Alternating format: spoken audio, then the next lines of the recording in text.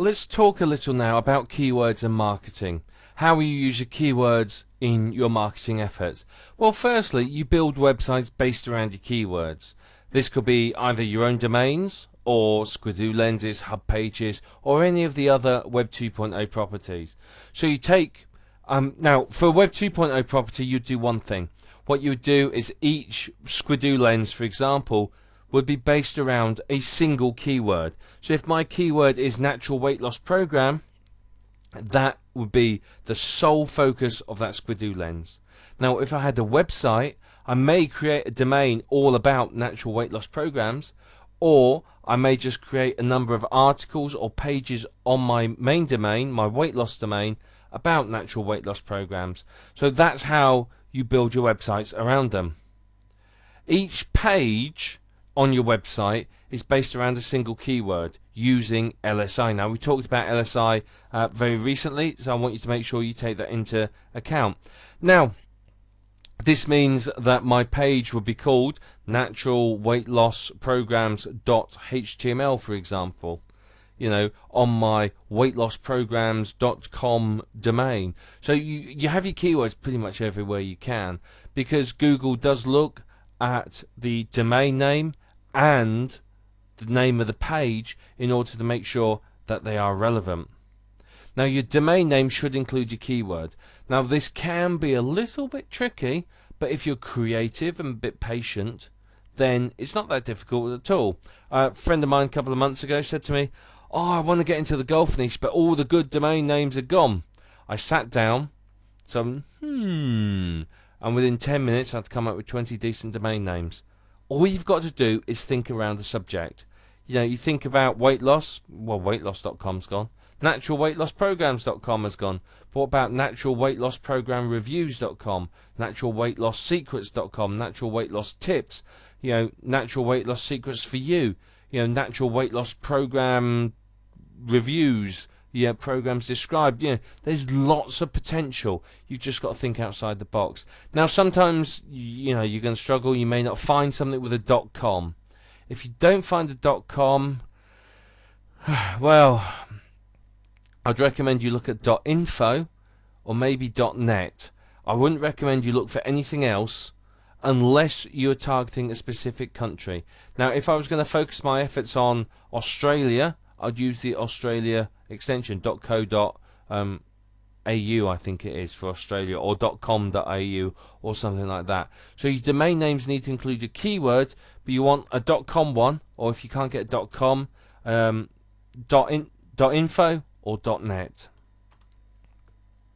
Your articles are written around your keyword. We're aiming for, as I said previously, keyword density of between 1 and 3%. So this means that in every 100 words, your keyword appears 1 to 3 times. So that's a keyword density of 1 to 3%. So that's what you need to do. Your backlinks as well are all based around your keywords. So if I'm blog commenting, my keywords are my links to my website. If I'm creating a site on Squidoo, my keywords in the articles on Squidoo's are links to my website. So that's how you build this up and you create, you know, good quality content. And all of this works together to get you ranking well for your chosen keywords.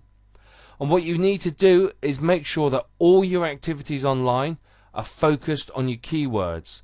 And that makes sure that you get a good ranking. You know, whenever you do anything, if you go into Yahoo Answers and you're writing an answer, think about your keywords, include them in the answer, but include them naturally. If you've got to shoehorn them in so someone goes, yeah, that doesn't make sense, not worth using them. They've got to make sense.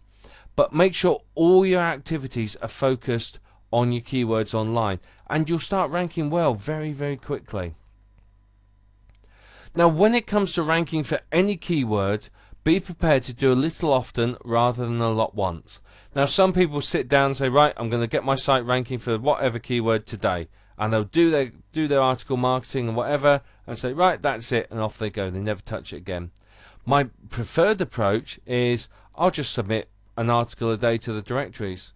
I'll do, you know, half an hour on Yahoo Answers. I'll do some directory submissions, that sort of thing. I just do a little bit every single day, or sometimes if I'm doing a lot of sites, maybe every other day, or I'll outsource it. I'll pay somebody to do it, get someone off Craigslist or something like that.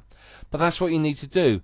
A little often will get you a much better result than a lot once, because a little often will keep you, keep pushing you up. The search engines love sites that are regularly updated and regularly have new links coming into it. If you leave your site static and nothing happens to it for a year to 2 years, it's just going to slowly creep down the search engines eventually as other sites start to outrank it. Now, ranking for your keywords is a continuous process. Going to be honest with you here. It's not a case of set and forget and think, right, that's it, I'm going to put my feet up. It's continued work. There's going to be new competitors. There's always going to be other sites doing work, and you've got to stay one ahead of them. So once you're ranking high, keep the work up. Don't feel you can sit on your laurels and say, I don't need to bother anymore, because someone's going to come along and knock you off, and they are going to beat you, and you'll go down the search engines. So it's a continuous process.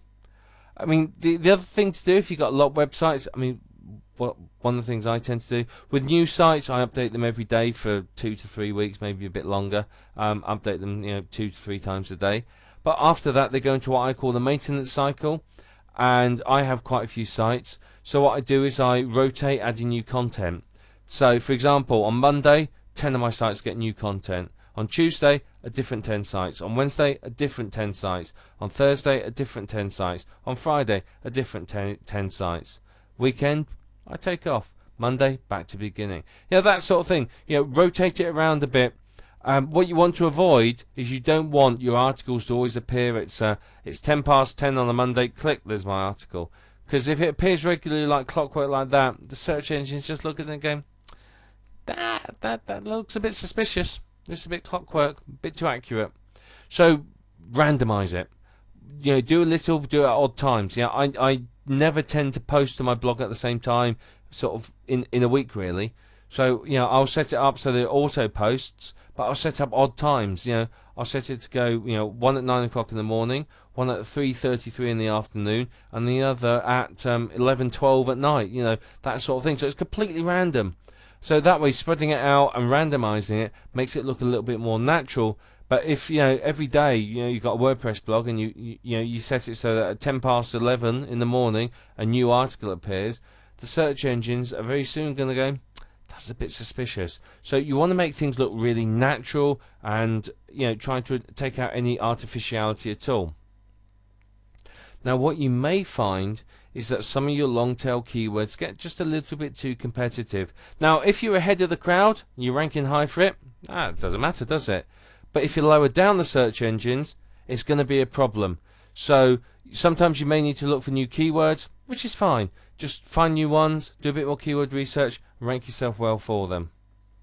But remember, if you're writing naturally, you're going to get yourself ranking better for many different keywords. Now you'll see when you look at your site some of the keywords that you rank for, you can sit there and go, wow, I never thought of that one.